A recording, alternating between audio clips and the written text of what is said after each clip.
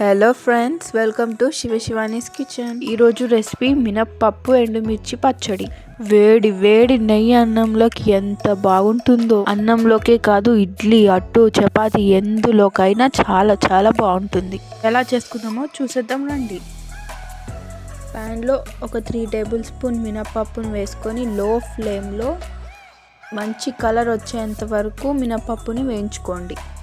ఇలా మినప్పప్పు లైట్గా కలర్ చేంజ్ అయ్యాక మిక్సీ జార్లోకి తీసుకొని మెత్తగా ఫైన్ పౌడర్ లాగా చేసి పెట్టుకోండి.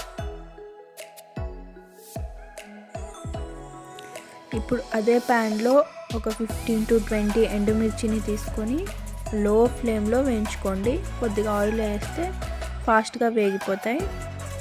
ఎండుమిర్చి వేగిన తర్వాత కొద్దిగా ధనియాలు వేసి స్మెల్ వచ్చేంత వరకు వేయించుకోండి. 1 టేబుల్ స్పూన్ జీలకర్ర, ఒక రెబ్బ కరివేపాకు వేసి వేయించుకోవాలి.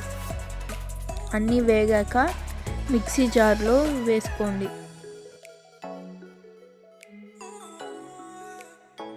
ఇప్పుడు ఇందులోనే 1 టేబుల్ స్పూన్ సాల్ట్ వేసుకొని మరీ మెత్తగా కాకుండా కొంచెం బరకగా గ్రైండ్ చేసుకొని పక్కన పెట్టుకోండి. ఇప్పుడు ఇందులోనే నిమ్మకాయ సైజ్ అంత చింతపండుని లేదా చింతపండు గుజ్జుని వేసుకొని మెత్తగా గ్రైండ్ చేసి పక్కన పెట్టుకోండి. ఇప్పుడు ఒక 3 టమాటోస్ తీసుకొని ఇలా పీసెస్గా కట్ చేసుకొని ప్యాన్లో వేసి కొంచెం ఆయిల్ వేసి మగ్గనివ్వాలి. టమాటోస్ ఇలా మగ్గిన తర్వాత అదే మిక్సీ జార్లో వేసుకొని ఒకసారి గ్రైండ్ చేసుకోవాలి.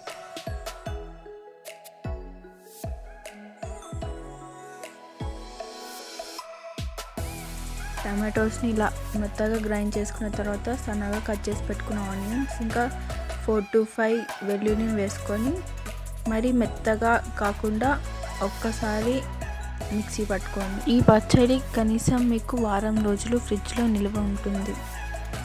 ఇలా వేడి వేడి అన్నంలో వేసుకొని తింటుంటే ఉంటుంది చూడు నా సామిరంగా, ఆహా అనాల్సిందే. మీరు కూడా ఈ రెసిపీని ట్రై చేసి మీకు ఎలా కుదిరిందో కమెంట్ బాక్స్లో కమెంట్ చేయండి. Thanks for watching. సబ్స్క్రైబ్ చేసుకోవడం మాత్రం మర్చిపోకండి. Bye bye.